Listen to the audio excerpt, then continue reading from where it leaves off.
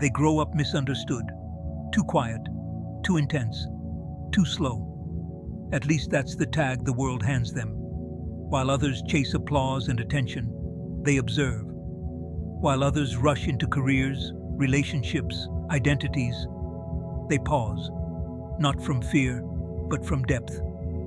Carl Jung grasped something most people don't want to hear. The rarest kind of person isn't designed for early triumph. It's fashioned for late arrival. These people often feel out of sync with time itself. As children, they sense cues they can't explain. As young adults, they try to fit themselves into structures built for speed, noise, and imitation. Society rewards the noisy, the forceful, the instantly adjustable. But Jung cautioned that adapting too smoothly can cost you your real self. The rare personality carries an inner gravity, a long incubation period. Their life is not linear. It bends inward before it unfolds outward. They stumble early. They drift. They seem adrift. But beneath the postponement, something is forming. A self that isn't inherited, a mind that isn't conditioned, a purpose that refuses haste. And when they finally rise, it isn't dramatic, it's inevitable. This video is not about spectacle.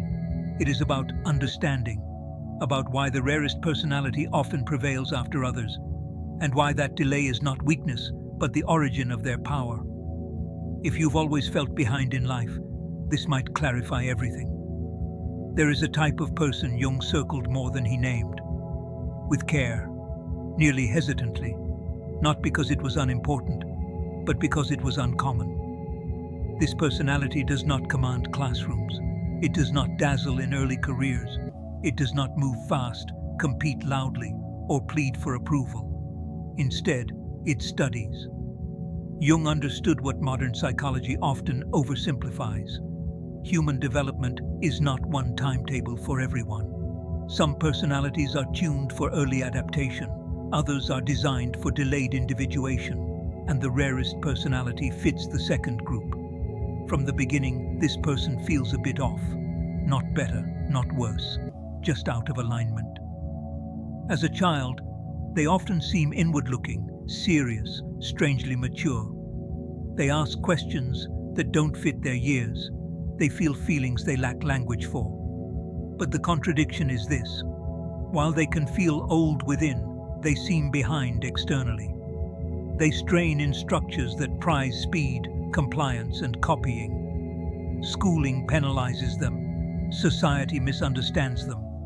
Peers move past them. Or so it seems. Jung believed that this early abrasion isn't random. It's a psychological necessity. 1. The inner life is overpowering. Most people construct identity by taking in the outer world.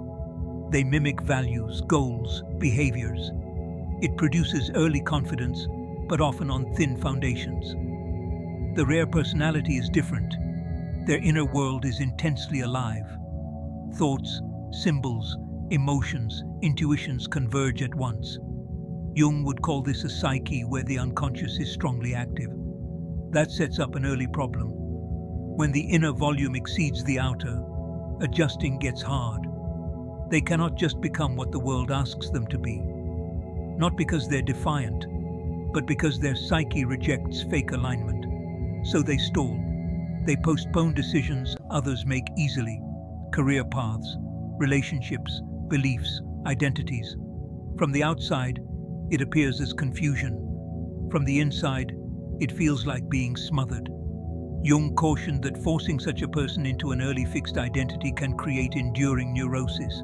The psyche divides when it must live someone else's life, so the rare personality softly resists early success.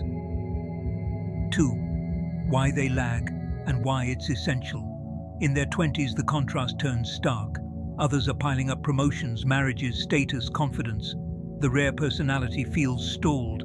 They may hop between paths. They may withdraw into solitude. They may seem unmotivated or lost. But Jung might say this is not standstill. This is incubation. Their psyche is at work in unseen ways. While others build social scaffolding, the rare personality builds inner structure. They are asking questions most people postpone until midlife. Who am I really? What is authentic? What part of me is shadow? What is borrowed? What is true? These questions reduce your pace, but they protect you later. Jung noted that many people who succeed early implode inward later. Midlife crisis, depression, emptiness. Those are signs of a life devoid of individuation. The rare personality pays up front, so it won't be due later. 3. The weight of consciousness. One of Jung's most disquieting ideas was this: greater awareness often means more suffering. The rare personality is often overly aware of hypocrisy, manipulation, social games, power dynamics, meaninglessness. They pierce illusions others rely on just to function. This makes early engagement hard. How do you play in a game you don't believe in? How do you pursue a status you don't respect? How do you copy a life that feels hollow? So they step back, not always physically, but psychologically. That withdrawal is read as weakness. In reality, it is self-preservation. Jung believed the psyche will undercut external success if it threatens inner coherence. That's why the rare personality often trips when success arrives too early. The soul will not comply. 4. Loneliness as a phase of development. Loneliness is no accident for this personality type. It is nearly inevitable. Their inner intricacy makes shallow connection intolerable and deep connection rare. They can feel alien among friends, invisible in groups, out of reach in closeness. This loneliness often crests in the late 20s or early 30s, and it is perilous.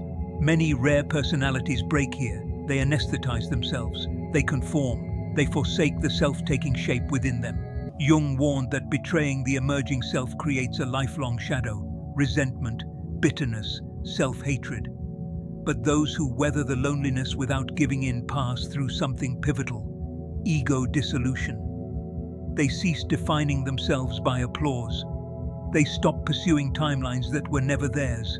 They start listening within. That is when metamorphosis begins, quietly, invisibly. 5. The shadow turns into a tutor because they fail early.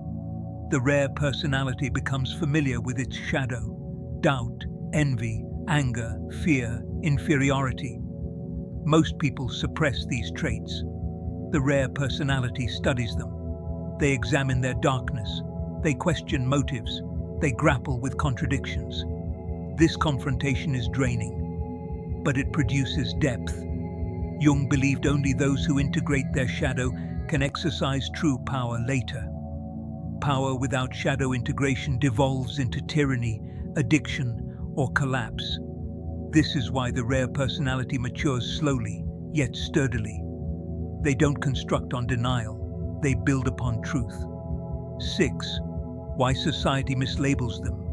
Society has no dignified category for people who flower late. So it hurls labels: lazy, unmotivated, overthinking, wasted potential. Jung would contend the reverse. These individuals are not without direction. They are resisting early hardening. They sense, often wordlessly, that choosing too soon means choosing falsely, so they wait. And waiting appears like failure, until it doesn't. 7. The initial signals of emergence. By the mid-30s or early 40s, something changes. Not outside first, but inside. Clarity replaces panic. Self-trust replaces comparison. Depth replaces urgency. They stop asking who they should be.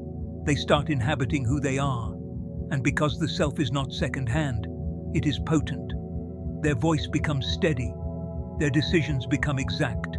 Their presence becomes unmistakable. Jung believed this is when the rare personality finally steps into life, not as a player but as a force. And it occurs only because of everything that came before. The delays, the failures, the isolation, the suffering. Nothing was wasted. It was preparation. Most people live through imitation long before they ever meet themselves. They inherit goals, values, schedules unquestioned. It functions at first. Society rewards adaptation. It rewards speed. It rewards compliance masked as ambition. The rare personality cannot keep this up for long. By the time they enter their 30s, something basic has already shifted within them. While others drain themselves maintaining identities picked too soon, the rare personality starts to sense a peculiar inner steadiness. Not confidence in the usual sense, but alignment. This is where Jung's idea of individuation proves decisive. Individuation is not self-optimization. It is self-recovery. It is the gradual stripping of everything false. Because the rare personality postponed outer commitment, they sidestepped one of the deepest psychological snares, building a life on an unexamined self-image. Their earlier disarray turns into an asset. They are no longer seeking outwardly.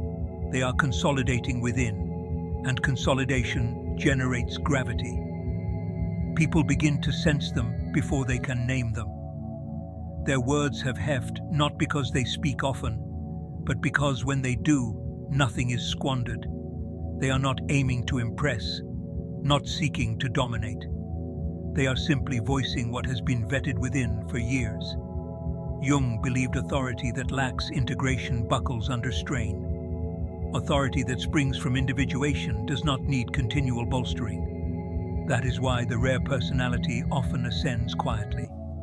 No desperation, no hunger for approval, no frenetic ambition.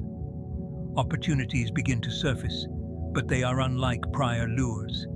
They match capability rather than ego, duty rather than rank, substance rather than image.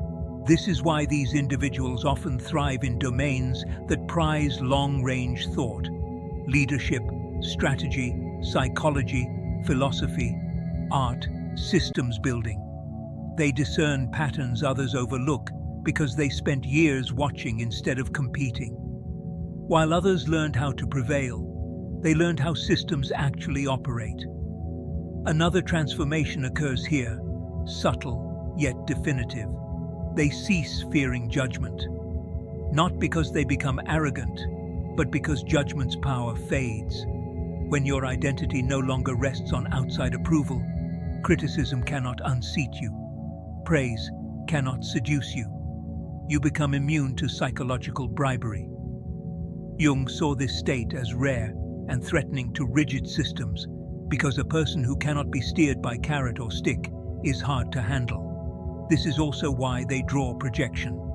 Others sense their autonomy and respond unconsciously, some with admiration, some with hostility.